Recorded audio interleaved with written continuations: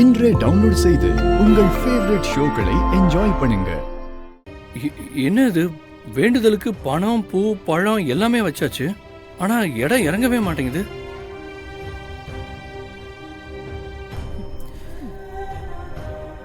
இவ்வளோ காசு இங்க கொட்டுறதுக்கு என்கிட்ட கொடுத்துருந்தா உருப்படியா தான் பண்ணிருப்பேன். என்னங்க என்னங்க உண்மையா தானே சொன்னேன்.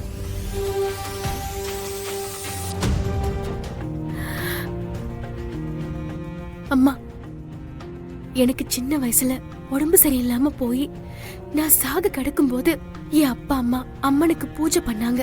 அப்போ அம்மன் ஆசீர்வாதம் பண்ணி அவ தாலில இருந்து விழுந்த காசை எடுத்துட்டு வந்து என் இடுப்புல கட்டினதுக்கு அப்புறம் தான் நான் உயிர் பொழைச்சேன். அதை இன்னைக்கு வரைக்கும் பத்திரமா என் சேலையில முடிஞ்சு வச்சிருக்கேன். வருணுக்காக அதை நான் காணிக்கையா கொடுக்கறேன். ஏத்துக்கோமா.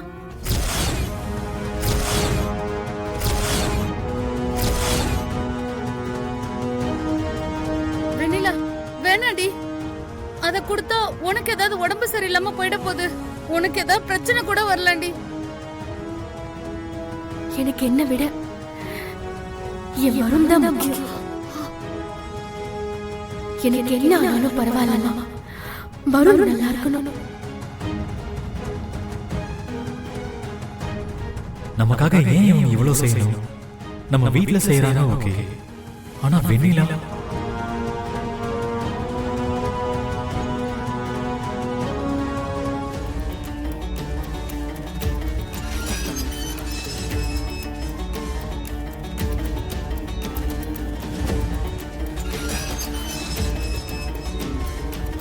வெண்ணிலா,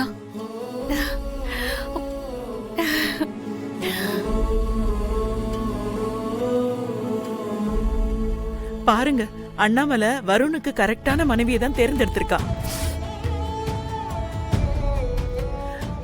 அம்மனும் அதை தான் விரும்பி இருக்காங்க. அதனாலதான் வெண்ணிலா கேட்டதும் அம்மனே விட்டு கொடுத்துட்டாங்க. அம்மா, அம்மன் உங்கள் வேண்டுதலை ஏத்துக்கிட்டாமா. உங்க பையனை யாருக்கு நீங்க தத்து கொடுக்க நினைக்கிறீங்களோ தாராளமா கொடுக்கலாங்கம்மா.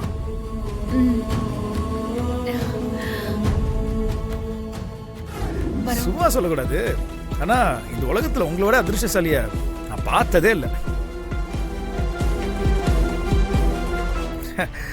பின்ன அவன் பொண்ணை கட்டி கொடுக்கறதுக்கு தலைகீழ நின்று தண்ணி குடிச்சிட்டு இருக்கான். ஆனாலும் சரியான சம்மந்தம் அமைய மாட்டுது. ஆனா உங்களுக்கு அண்ணாமலை குடும்பத்துல சம்பந்தம் வந்தது மட்டும் இல்லாம கல்யாணத்துக்கு 10 பைசா கூட செலவு பண்ண விடாம மொத்த கல்யாணத்தையும் பண்ணி வச்சிடறாங்களே. அதுக்கெல்லாம் ஒரு அதிர்ஷ்டம் வேணும். எங்க அண்ணாமலை இந்த கல்யாணத்தோட மொத்த செலவு நான் பாத்துக்கிறேன்னு சொன்ன ஒரே வார்த்தைனால எல்லா ஃபங்க்ஷனுக்கும், ஏன் இந்த நலங்கு ஃபங்க்ஷனுக்கு கூட ஒரு பழத்தட்டும் வாங்காம அப்படியே கை வீசிட்டு இங்க அங்கன்னு போய் சிரிச்சுட்டே ஃபங்க்ஷனை முடிச்சிட்டீங்களே. எத்தனை ஜென்மம் புண்ணியம் பண்ணியிருந்தா கூட இப்படி அமையவே அமையாது.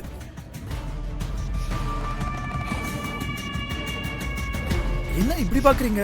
ஓ சரி சரி சரி சரி, சுத்தி வச்சு பேசினா உங்களுக்கு புரியாதுல்ல, டைரக்டாவே சொல்றேன்.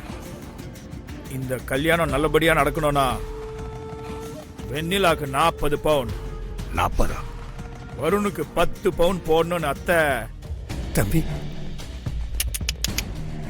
லீலாவதி அத்தை எதிர்பார்க்கறாங்க. லீலாவதியா? என்னங்க இது? தம்பி, கல்யாண நாள் வேற நெருங்கிட்டு இருக்கு. இப்போ வந்து இப்படி சொல்றீங்களே. சித்தப்பே, சில விஷயம்லாம் சொல்லாமே புரிஞ்சுக்கணும். அதான் அவங்க எதுவும் பேசாம இருந்தாங்க. இப்பதான் நான் சொல்லிட்டேன்ல, அதுக்கு என்ன பண்ணுமோ பண்ணிடுங்க. அந்த வெண்ணிலா உன்னை சீட் பண்றா. உனக்கும் அவளுக்கும் நலங்கு நடக்கும். அதை வேடிக்கை பார்த்துட்டு நாங்க இருக்கணுமா? வெண்ணிலா ஏன் அப்படி பண்ணான்னு எனக்கு தெரியும் சாரா. I will explain. Enough Varun. அந்த வெண்ணிலாவை ஹேண்டில் பண்ண தெரியாம நீ ஃபூல் ஆகி வந்து நின்ன கதையெல்லாம் எனக்கு தேவையே இல்ல.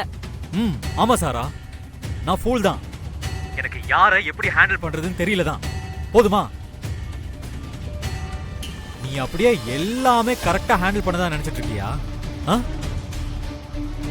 அம்மா கிட்ட இப்ப வரைக்கும் நம்ம லவ் பத்தி பேசுறதுக்கு கான்ஃபிடன்ட் வராததுக்கு அம்மா என் மேல வச்சிருக்கிற நம்பிக்கை மட்டும் இல்ல, நீ தேவையில்லாம கிரியேட் பண்ண சில ஆக்வர்ட் மொமெண்ட்ஸ் தான். எல்லாத்துலயும் ஒரு எக்ஸ்ட்ரீமிசம். நைட் டைம் வீட்டு வாசல்ல வந்து கத்துறது, நீயும் நானும் கல்யாணம் பண்ணிக்கிட்டோன்னு ஃபேக் சர்டிபிகேட் ரெடி பண்றது, யாரோ கடத்திட்டாங்கன்னு கூப்பிட்டு 2 பேரும் இன்டிமேட்டடா இருக்கோம்னு நீ பண்ணதெல்லாம் தான் இப்ப இங்க கொண்டு வந்து நிறுத்தி இருக்கு. அப்போ நீ எனக்கு வேணும்னு நான் பண்ணது எல்லாம் பைத்தியக்காரத்தனமா தெரியுதுல உனக்கு? சாரா, ப்ராப்ளம்ஸை எப்படி டீல் பண்றோம்னு இருக்கு. எல்லாத்தையும் குறுக்கு வழியில பண்றது நீ ஏதாவது முறையா பண்ணிருக்கியா? ஓ, இப்ப நான் எங்க அம்மாவை கூட்டிட்டு வந்து உங்க அம்மா கிட்ட பேசணும். பேசிட்டா உடனே உங்க அம்மா நம்ம கல்யாணத்துக்கு ஓகே சொல்லிருவாங்களா? என் பொண்ணுக்கு கிடைச்ச வாழ்க்கையும் பறிச்சுக்கின்னு அவளுக்கு கோசர வச்சிருந்த நகையையும் இப்ப பறிக்க பாக்குறீங்களா? ஏங்க, வான்மதியோட நகை ஒரு 10 பவுன் இருக்கு, வெண்ணிலாவோட நகை ஒரு 5 பவுன் இருக்கு.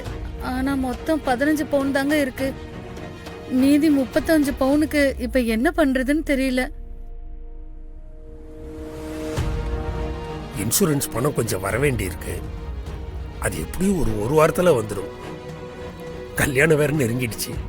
தங்க விலையும் நாளுக்கு நாள் ஏறிக்கிட்டே போகுது. அதுக்கு என்னங்க பண்றது? வேற வழி இல்லை பரமு. அது வரைக்கும் நம்ம வீட்டை அடமானம் வச்சிருவோம்.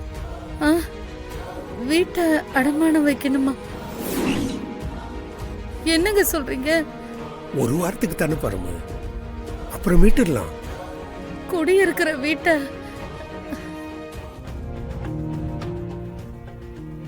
வேற வழி இல்லை.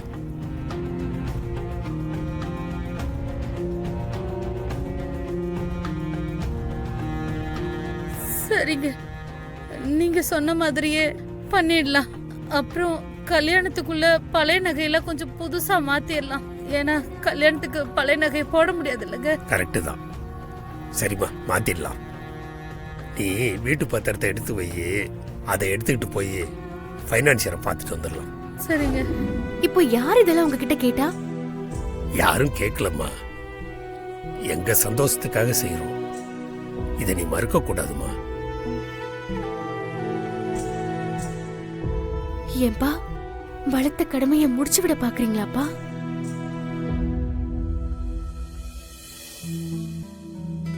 நான் உங்களெல்லாம் விட்டு போக போறேன்னு நினைச்சாலே மனசு தாங்கலப்பா. இதுல உங்களை கடனாளி ஆக்கிட்டு எப்படிப்பா என்னால நிம்மதியா போக முடியும்? கடனா? அப்படியெல்லாம் இல்லம்மா. அப்பாவோட இன்சூரன்ஸ் பணம் வர வேண்டி இருந்துச்சுல, அது வந்துடுச்சு. அதை வச்சுதான் இதெல்லாம் பண்ண போறோம். இருந்தாலும் வேண்டாம்ப்பா, ப்ளீஸ்ப்பா.